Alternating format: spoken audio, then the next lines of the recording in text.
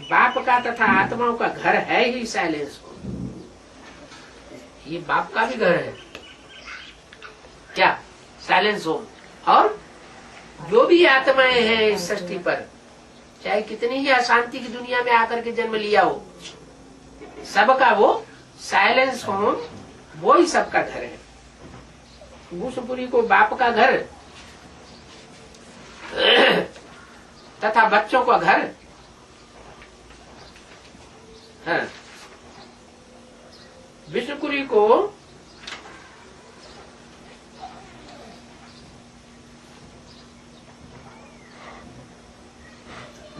बाप का घर नहीं कहेंगे। बाप का घर है विष्णुपुरी, विष्णुपुरी माने सुखधाम, वो बाप का घर नहीं है। घर किसका है? शिव बाबा घर का। शिव बाबा ने बनाया। शिव बाबा जो है जिस साकार में आता है उसके द्वारा नई दुनिया सुखधाम बनाता तो है, लेकिन उसका घर नहीं। अगर घर होता तो रहता। शिव जो है वो स्वर्ग में रहता है क्या? नहीं रहता ही नहीं, तो उसका घर कहाँ हुआ? नहीं। वो कहाँ रहता है? परम धाम में, शांति धाम में, साइलेंस होम में। तो साइलेंस होम बाप का घर है। और ये नहीं कहेंगे कि बच्चों का घर है। क्या बच्चों को घर नहीं कहेंगे साइलेंस होम को? बच्चों का भी घर है, बाप का भी घर है। सब वहाँ जाके शांति अनुभव करते हैं। जैसे कोई घूमने जाए, पर्यटन करने जाए, राज्य में चक्कर लगाने जाए, तो थोड़ा घूमने फिरने में तकलीफ होती है।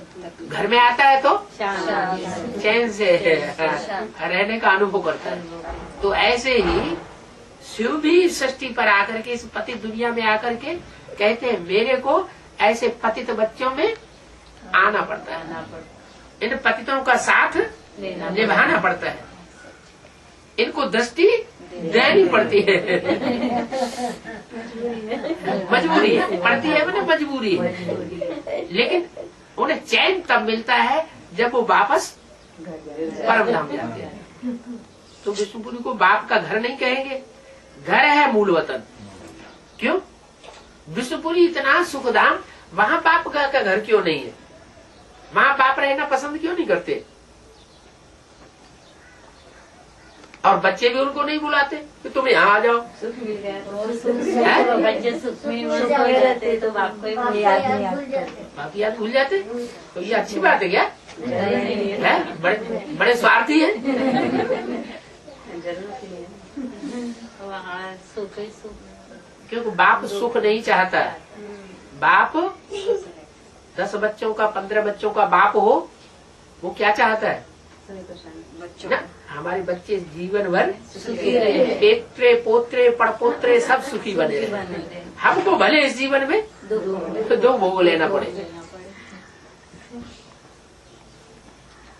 जैसे घर में आग लगती है ना, तो सच्चा बाप होगा तो सब बच्चों को, छोटे बच्चों को, बड़े बच्चों, सबको निकालने की कोशिश करेगा। और झूठा बाप होगा तो पहले हम तो बचे। तो विष्णुपुरी को बाप का घर नहीं कहेंगे, घर है मूल वतन। ये गहरी गहरी बातें हैं। क्या क्या गहरी गहरी बातें हैं? घर है मूल वतन, जहाँ से सब आत्माएं आती हैं।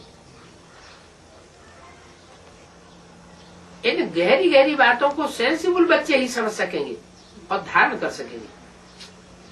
इतना सारा प्लान कोई की बुद्धि में याद रह न सके, न इतने कागज रख सकते हैं। ये जो मुरलियां निकलती हैं वो सब की सब इकट्ठी करते जावे तो इससे सारे हाल से भी जास्ती हो जाएंगे। ढेर कागज छपते हैं, उस पढ़ाई में भी कितनी ढेर किताबें होती हैं। परीक्षा पास कर ली, फिर बैरिस्ट्री का तंत्र तो बुद्धि में आ जाता है। शरीर निर्वाहार्थ बैरिस्टर बन जाते हैं, एक जन्म के लिए बनते हैं, अलग काल का सुख मिल जाता है। लेकिन वो है विनाशी कमाई। चाहे डॉक्टर बनो, चाहे मिनिस्टर कलेक्टर बनो, चाहे वकील बनो, जज बनो, चाहे इंजीनियर बनो, वो है एक जन्म की कमाई और विनाशी कमाई, इसी जन्म में खलास हो जाएगी। और ये जो पढ़ाई पढ़ाते हैं बाप, गॉडली पढ़ाई, ये 21 जन्म की ही नहीं है। 21 जन्मों के आधार पर 63 जन्म अर्थात पूरे 84 जन्म इसकी प्रारब्ध मिलती है। 21 जन्म का जैसा हम यहाँ पुरुषार्थ कर लेंगे, वैसे ही पुरुषार्थ करने की रग हमारी आत्मा में भर जाएगी। क्या वो अंदर से संस्कार भर जाएगा तीव्र पुरुषार्थ करने का। ऐसा तीव्र पुरुषार्थ अभी ही कर सकते हैं और बाप ही करा सकते हैं, और दुनिया में ऐसे संस्कार भरने वाला कोई नहीं है।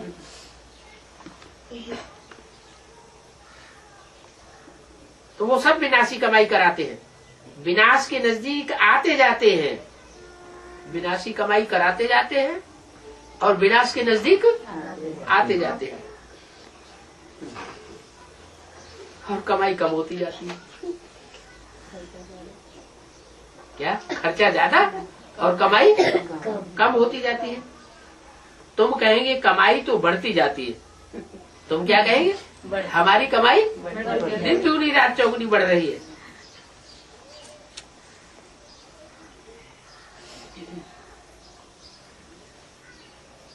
तुम कहेंगे कमाई तो बढ़ती जाती है, और ये तो सब खत्म हो जानी है। जो विनाशी कमाई है वो सब खत्म हो जानी। आगे राजाओं आदि की कमाई चलती थी, अब तो वो भी नहीं है। थोड़ा बहुत जिनके पास है भी, वो भी छीन लेंगे। क्या अभी सरकार, गवर्नमेंट कैसी होती जा रही है? खाऊ होती जा रही है। जो भी है गरीब और गरीब होते चले जा रहे हैं, और गिने चुने साहूकार और ज्यादा साहूकार होते जा रहे हैं। दुनिया में साहूकारों की संख्या ज्यादा है या गरीबों की संख्या ज्यादा है? गरीबों की संख्या बढ़ती जा रही है, साहूकारों की संख्या घटती जा रही है।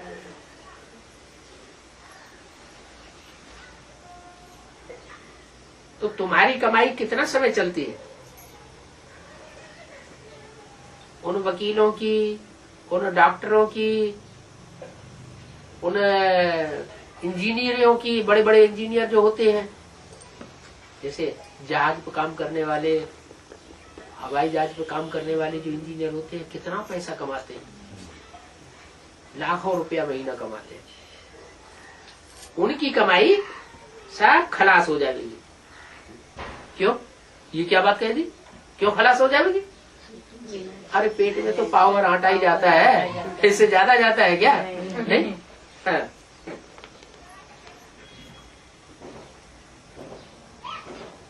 वो सब कमाई खत्म हो जानी है। आगे राजावाद की कमाई चलती थी, अब तो वो भी नहीं रहे। थोड़ा बहुत जिनके पास है वो भी छीन लेंगे।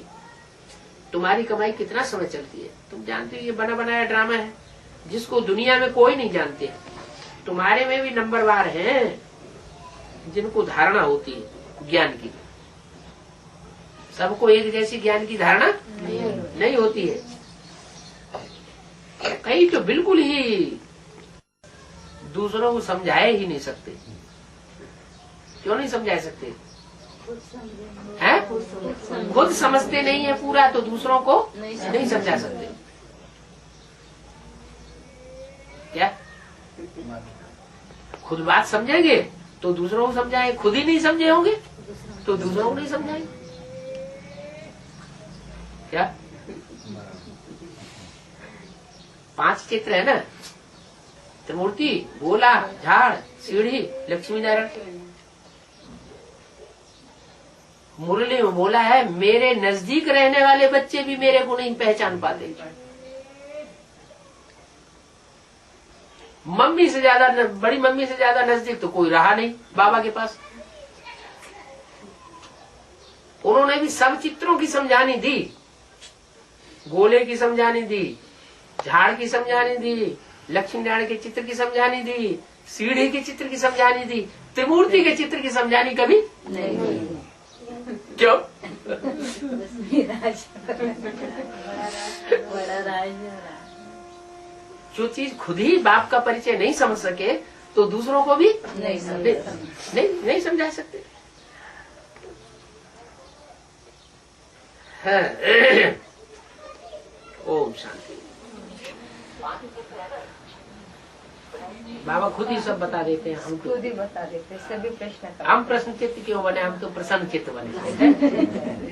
मुझे सभी मिल जाता है।